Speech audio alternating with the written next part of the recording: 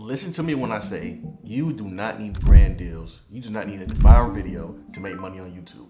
Take it from me, because I was once somebody who got so caught up in that, trying to make a viral video or trying to reach out to brands to make money, because that's the only thing I knew. But you do not need brand deals to make money on YouTube. You don't.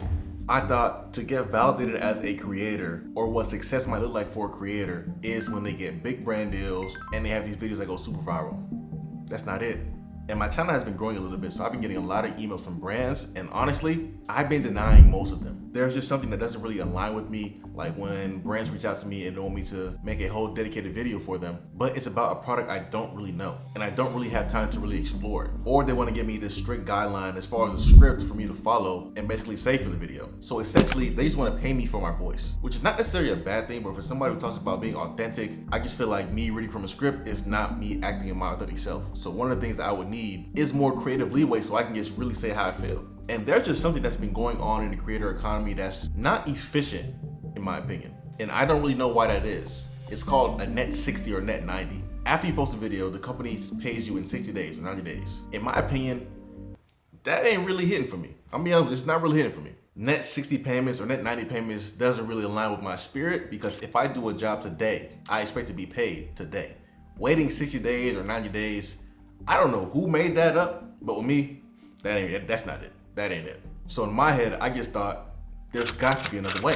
We got to figure this out some other way.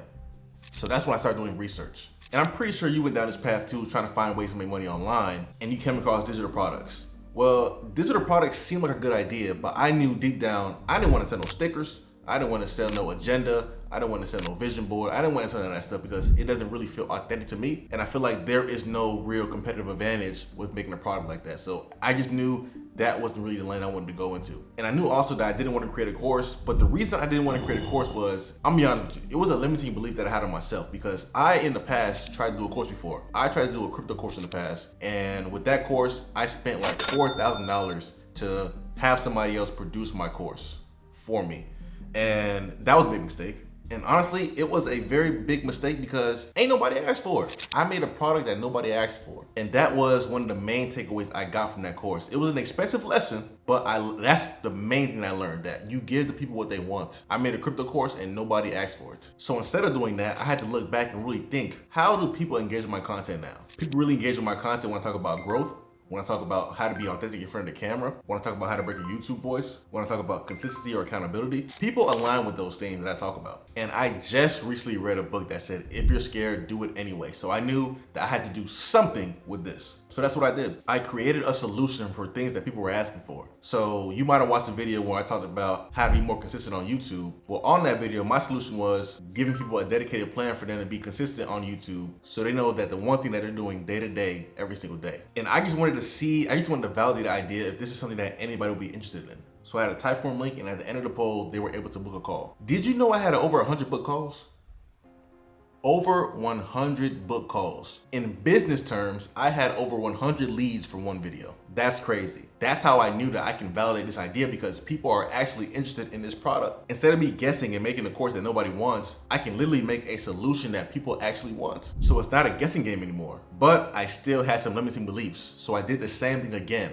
I did the same thing again for a different video. So this one was basically for how to get more confidence in front of the camera and how to break out of that YouTube voice. That one got over 60 responses. People tell me that they'll pay $50, $100, $200 for this course. That is how I validated that idea. So now I got two different things that I can do that people are actually interested in. And I literally don't have to guess anymore. Like, it's literally right there in front of my face what they want. And you get that kind of clarity by literally asking them. I would not have known any of this if I did not just ask them. Like, ask them directly through polls, through comments, through emails. Ask them directly. Like, talk to your audience and figure out what they want. Because I'm sure you're adding some sort of value that somebody else will pay for. You have to remove the limiting belief that you can't sell anything like a product or a service. Remove that belief. Don't be like me.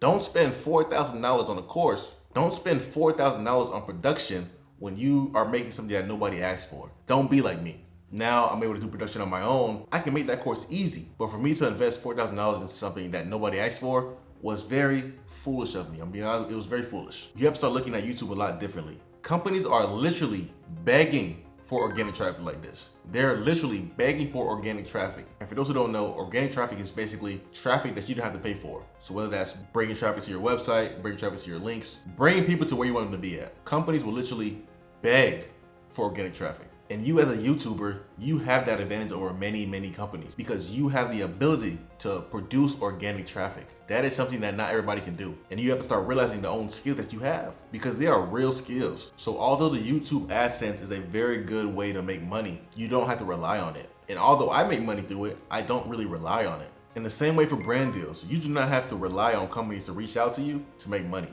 You can find products or services that you can sell on your own and keep 100% of it. Now, I'm not telling you to take no brand deals, or I'm not telling you to not worry about YouTube AdSense, but I'm telling you there are other avenues you can do to make money. And take it from me, now that I know that people want a course on this particular topic, I'm gonna make that course. I literally have no excuse now. In the past, my excuse was a limiting belief that happened years ago, but now it's a new day. And I learned from those lessons already. And those same lessons I learned prepared me for these same moments right now. So the same way I made over $1,000 from just 2 coaching offers, in the same way I can leverage making that same money from a course that people want. And hopefully, the next time I make a video like this, it's gonna be me telling you how I made over $10,000 without a brand deal. I hope that's gonna be the next video. I really do. I really do. Anyways, I'll see you next one. Peace.